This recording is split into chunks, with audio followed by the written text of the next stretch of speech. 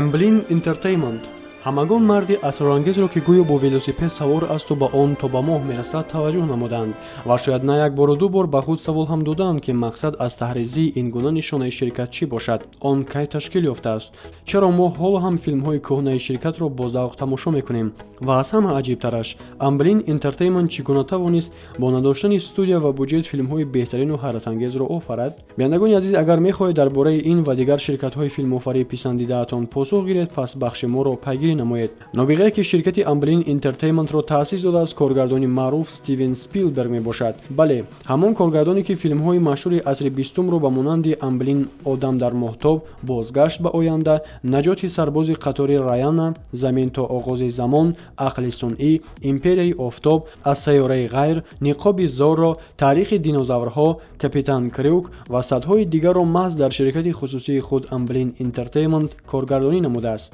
17 декабри соли 1970 ширкати Amblin Entertainment бо роҳбарии Стивен Спилберг ба кор оғоз намуд. Пас он баъд аз пайдо гардидани идеяҳои офаридани 4 филми серихарҷ соли 1975 бо ширкати бузурги давр Universal Pictures шартнома ҷиҳати сармоягузории филмҳояш таҳти нишонаи Amblin ба имзо расонид, то ширкати навтаъсисаш шӯҳратманд шуда мухлис ба даст орад. Воқеан бояд ёдовар шуд ки ширкат аз замони таъсисаш ҳамеша аз ҳисоби сармоягузорон танқисӣ мекашид. Бинобар ин соли 1980 ва 1981 продюсерон Фрэнк Маршалл ва Кетлин Кеннеди барои ҷалби сармоягузорон ба ширкат омаданд. Ҳамин тавр бо маҳорати баланди коргардонии Стивен ва продюсерии Фрэнку Кетлин, Amblin зуд миёни мухлисон бо филмҳои ғайриоддиаш машҳур гардид. Нишонаи ғайриоддии ширкат ҳам зуд рӯи экранҳо намудор шуда таваҷҷӯҳи мухлисонро ба тамошои филмҳои Amblin ки номи ширкат аз он гирифта шудааст ва Элиот ки таҷассумгари велосипеди паррон мебошад ҷалб намуд.